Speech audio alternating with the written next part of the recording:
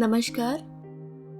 आप सुन रहे हैं कहानी गोल्ड, साहित्य के खजाने से कुछ अनमोल कहानियां। आइए सुनते हैं मालती जोशी जी की लिखी कहानी इतिश्री। आज खाना नहीं बनेगा क्या? कब से बन गया है? फिर परोसने का मुहूर्त कब है? जब आप कहें।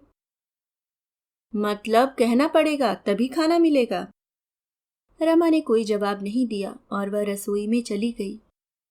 जवाब देती तो पतिदेव और कोई नुक्ता निकालते।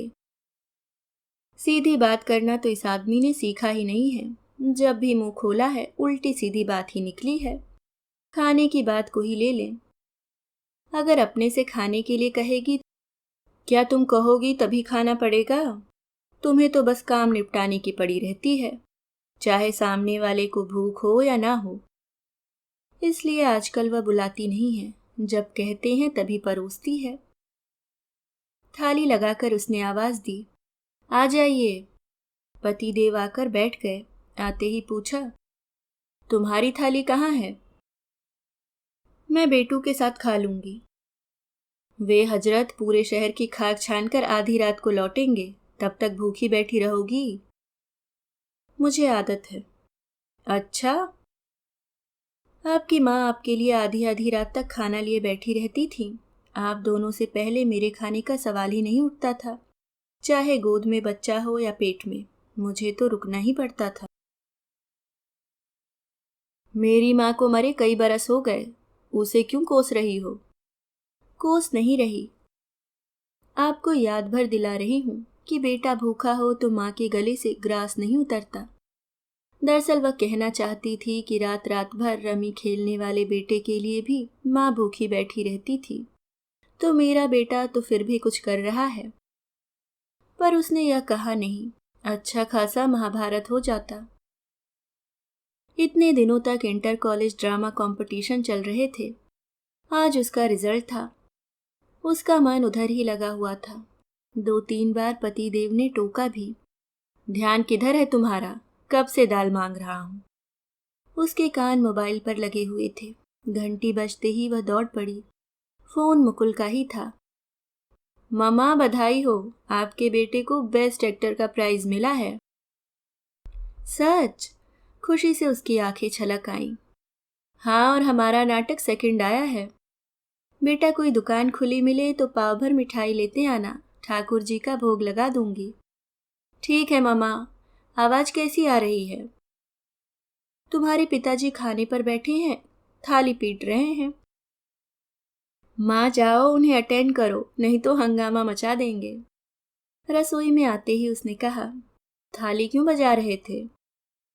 तुम बीच में कहाँ गायब हो गई थी? सब कुछ सामने तो रखा था। तुम कौन सा पहाड़ खोदने गई थी? फोन लेने गई थी। ऐसा किस लाट साहब का फोन था कि तुम्हें यह भी याद नहीं रहा कि मैं थाली पर बैठा हूं? बेटू का फोन था। और फिर उसने हर्ष विहल होकर कहा, आज ड्रामा कंपटीशन का रिजल्ट था ना, आपके बेटे को बेस्ट एक्टर का प्राइज मिला है। तुम तो ऐसे हुलस रही हो जैसे तुम्हारा बेटा दिलीप कुमार बन गया हो। आज की तारीख में तो वो मेरे लिए दिलीप कुमार ही है। और फिर अनुनय भरे स्वर में बोली, देखिए आपसे एक रिक्वेस्ट है, आज वह घर लौटे तो उससे रोज की तरह बहसबाजी मत कीजिएगा, उसकी सारी खुशियों पर पानी फिर जाएगा। ये आपका हुक्म है जो मानना पड़ेगा। नहीं, ये मेरी रिक्वेस्ट है, हाथ जोड़कर विनती है। तुम माँ बेटे को मेरा बोलना इतना बुरा लगता है? आपका बोल ही इतना कड़वा है तो बुरा तो लगेगा ही, और हम दोनों को ही नहीं, आपकी लाडली को भी आपका बोलना बुरा लगता है। अच्छा? अभी 2 दिन पहले ही उसका फोन आया था। कह रही थी कि पापा से कहो कि जो कुछ कहना हो मुझसे कहा करें, नवीन से बात ना करें प्लीज। कह रही थी पापा तो कह सुनकर अलग हो जाते हैं, उसका ताप मुझे झेलना पड़ता है।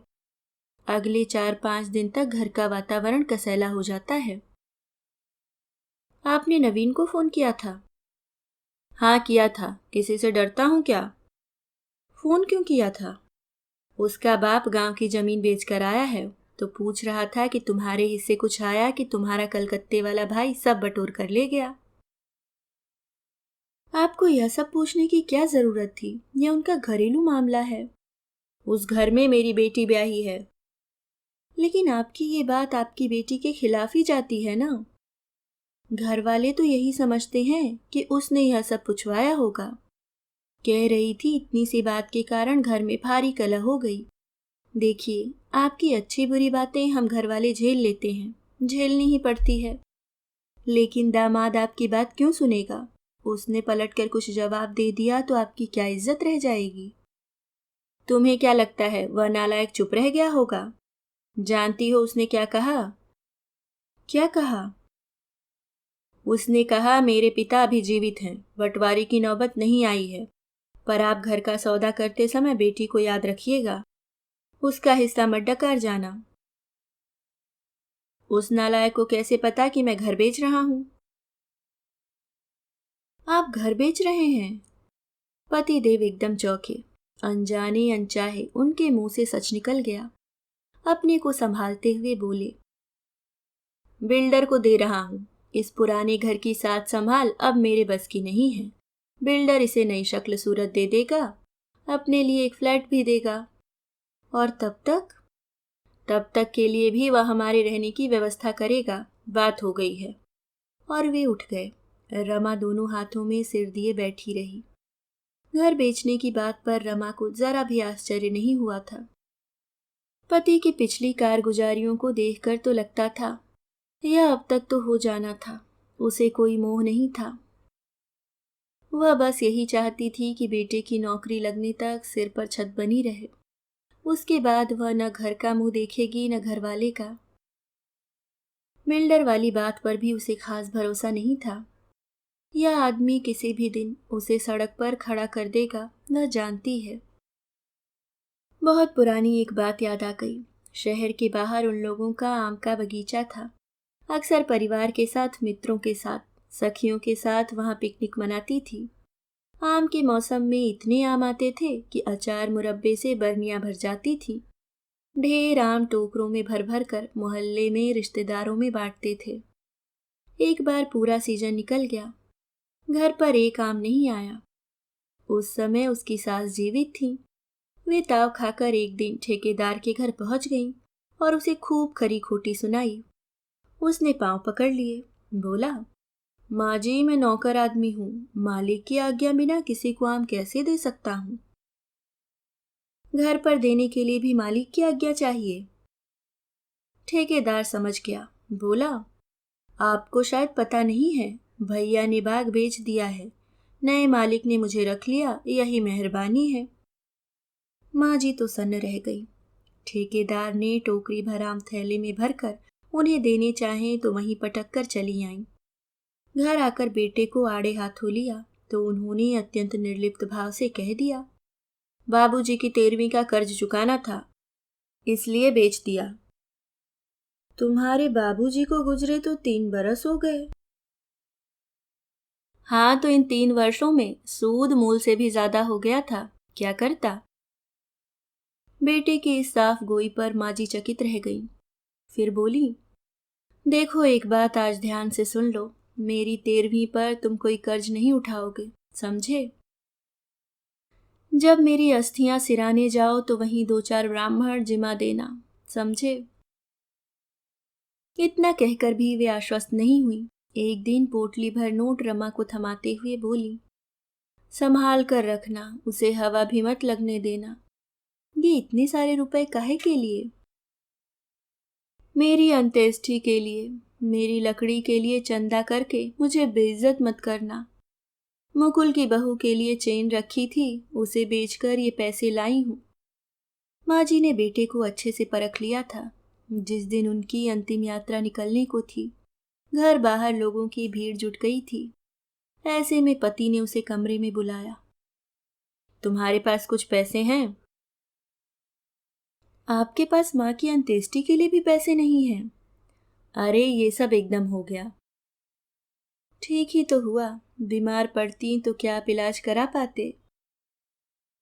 फिर पैसे देते हुए कहा, मुझे पता था यह सब, इसलिए भैया लोगों से कहा था पैसे लेते आना। अब आप समय से उनका कर्जा चुका देना बस। पति देव ने हमेशा की तरह सिर हिला दिया और बाहर चले गए। माँ नहीं रही तो कोई अंकुश नहीं रहा। उन्होंने अपनी पुश्तैनी दुकान पर बैठना ही छोड़ दिया। कहा कि पीठ में दर्द रहता है। दुकान पर एक लड़का रख दिया है। जब 4 महीने तक दुकान से एक पैसा नहीं आया तो रमा ने पूछा। बोला किराए से उठा दी है। उस पेशगी वाली रकम का क्या हुआ यह उसने चाह कर भी नहीं पूछा, क्योंकि ऐसे प्रश्न हमेशा अनुत्तरित रहते आए हैं। एक दिन मुकुल उसोर गया था। लौटकर उसने बताया कि दुकान का तो काया पलट हो गया है। वह पहचानी नहीं जाती। Cosmetics, artificial jewellery, greeting cards, महंगे खिलौने, गिफ्ट आइटम, पता नहीं क्या क्या है उसमें। उस बाजार में अलग ही नजर आ रही है। मुकुल ने बताया कि दुकान की सिर्फ शक्ल सूरत ही नहीं बदली है, बोर्ड भी बदल गया है। उस पर नया नाम है।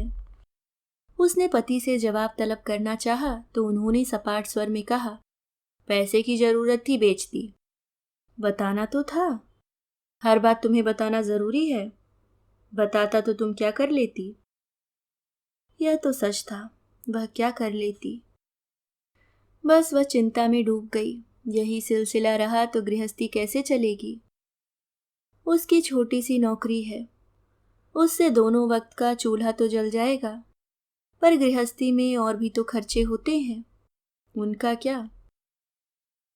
अपनी उधेड़ बुन में वह इतनी व्यस्त रही कि उसे कभी पता ही नहीं चला कि बच्चे इस बोझिल वातावरण से ऊब चले हैं।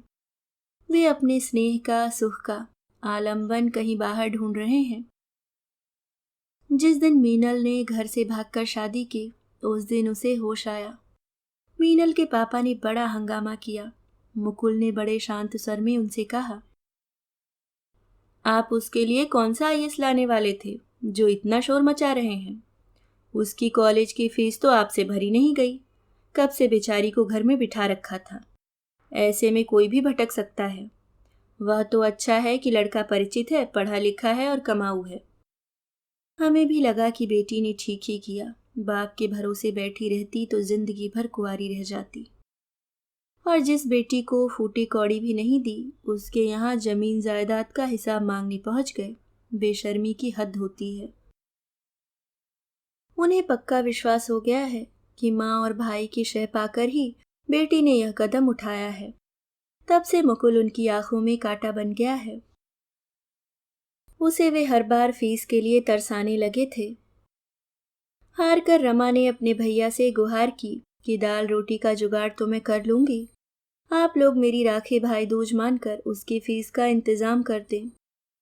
राखी भाई दूज और फीस में कोई तात्पर्य नहीं था, पर उसके भाइयों ने उसकी बात का मान रखा। बेटे ने भी आश्वस्त किया है कि मामा लोगों की पाई पाई चुका देगा। मुकुल को मौसा जी ने अपना पुराना स्कूटर दे दिया है।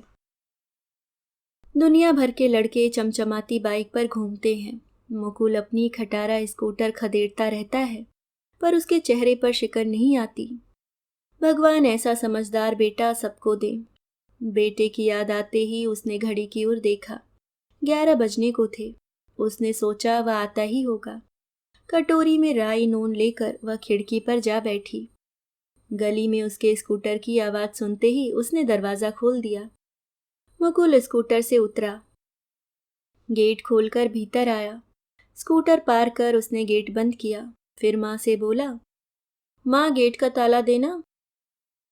1 मिनट वहीं खड़े रहो, रमा ने कहा और दोनों हाथों में राई नून लेकर उसकी नजर उतारने लगी।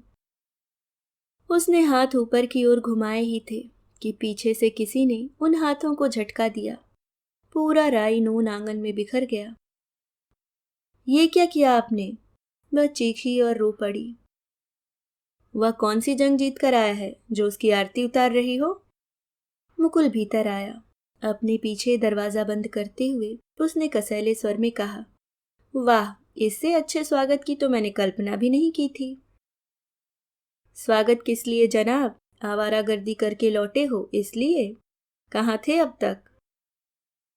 उन्होंने कड़कदार आवाज में सवाल दागा। पापा रोज रोज एक ही प्रश्न पूछते हुए आप बोर नहीं होते? लेकिन मैं उत्तर देते देते ऊब गया हूँ, कुछ नया सोचिए ना। अच्छा तो यह बताओ, कॉलेज पढ़ने जाते हो या नाटक करने? यह प्रश्न पूछने का अधिकार सिर्फ उन्हें है जो मेरी फीस भरते हैं। मुकुल ने सपाट स्वर में कहा। बदतमीज। आवेश में उनका हाथ उठ गया, पर दूसरे ही क्षण वह जवान बेटे की बलिष्ठ मुट्ठी में कैद था। वह कसमसा गए। लगा कि और कुछ पल यह मुट्ठी ऐसी ही कसी रही तो उनकी कलाई चटक जाएगी। जैसे ही बेटे ने हाथ छोड़ा, वे फुफकार उठे। निकल जा मेरे घर से, अभी इसी वक्त। यह घर मेरे दादा परदादा का है, इसमें रहने का मुझे भी उतना ही हक है जितना आपको। जब आप अपना घर बनाएंगे, उससे बेशक मुझे बेदखल कर सकते हैं। मुझे कानून सिखाएगा तू? मम्मा आप खाना लगा दो, मैं फ्रेश होकर आता हूँ, यह बहस तो चलती रहेगी। वह अपने कमरे में चला गया। रमा रसोई की ओर मुड़ी तो उन्होंने आवाज दी, सुनो। रमा रसोई के दरवाजे पर रुक गई। आज अगर तुमने उसे खाना दिया तो मेरा मरा मुंह देखोगी। रमा ने गर्दन को एक और झटका दिया और रसोई में जाकर खाना गर्म करने लगी। वे रसोई के दरवाजे पर आकर खड़े हो गए। तुमने सुना नहीं मैंने क्या कहा? मेरा मरा मुंह देखोगी जो उसे आज खाना दिया। रमा टेबल पर थाली कटोरी लगाती रही। उन्होंने फिर कहा, तुमने सुना नहीं मैंने क्या कहा? मेरा मरा। सुन लिया भाई, सब सुन लिया। उसने झल्लाकर कहा, कितनी बार वही वही बात कहेंगे? What is the problem? पीछे से मुकुल की सख्त आवाज आई। उन्होंने देखा उसकी आंखें अंगार हो रही थीं। वे सहम कर पीछे हट गए। मुकुल के भीतर आते ही उसने कहा, आजा बेटा, सब गर्म कर दिया है। आराम से बैठकर खा ले, मैं बाहर जाकर दरवाजा बंद कर लेती हूँ, नहीं तो शांति से खा नहीं पाएगा। बाद में मैं आकर समेट लूंगी। तुम खा चुकी माँ? हाँ बेटा, मुझे लगा तुम लेट हो जाओगे इसलिए खा लिया। अब तुम आराम से बैठकर खाओ। कहते हुए वह बाहर निकल आई और उसने दरवाजा बंद कर लिया। बाहर वे जले भुने बैठे थे। मैंने तुमसे कुछ कहा था। मैंने भी आपसे कुछ कहा था। यही कि आज आप उससे बहसबाजी मत करना, नहीं तो उसकी सारी खुशी पर पानी फिर जाएगा।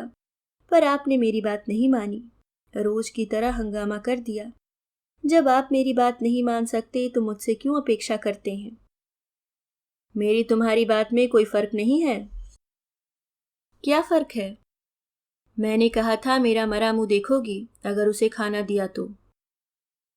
मतलब तुम्हें मेरे मरने जीने से कोई फर्क नहीं पड़ता? वह चुप रही। यह मत भूलो कि मेरी वजह से तुम सुहागिन बनकर इठला रही हो। वह भरी बैठी थी, एकदम फूट पड़ी। ऐसे निकम्मे सुहाग का मैं क्या करूं? इससे तो मैं अभागिन ही भली। कहते हुए उसने अपना मंगलसूत्र उतारकर उनकी ओर उछाल दिया। लीजिए, इसे भी बेच खाइए, कुछ दिन का खर्चा पानी चल जाएगा।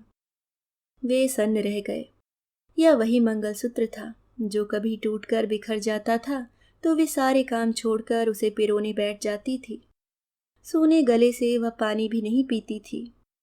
वही मंगलसूत्र रमा ने आज ऐसे उतार कर फेंक दिया था जैसे वह कोई चीज हो। उनके स्वामित्व का अहंकार पल भर में शेष हो गया था। उनका पति होने का एहसास किसी रद्दी कागज के टुकड़े की तरह उनके पैरों में लौट रहा था। आप सुन रहे थे मालती जोशी जी की लिखी कहानी इतिश्री। दोस्तों, इतिश्री का अर्थ होता है समाप्ति। वीडियो को लाइक, शेयर और चैनल को सब्सक्राइब करना ना भूलें। मिलती हूँ किसी और नई कहानी में। तब तक के लिए मुस्कुराते रहिए। धन्यवाद।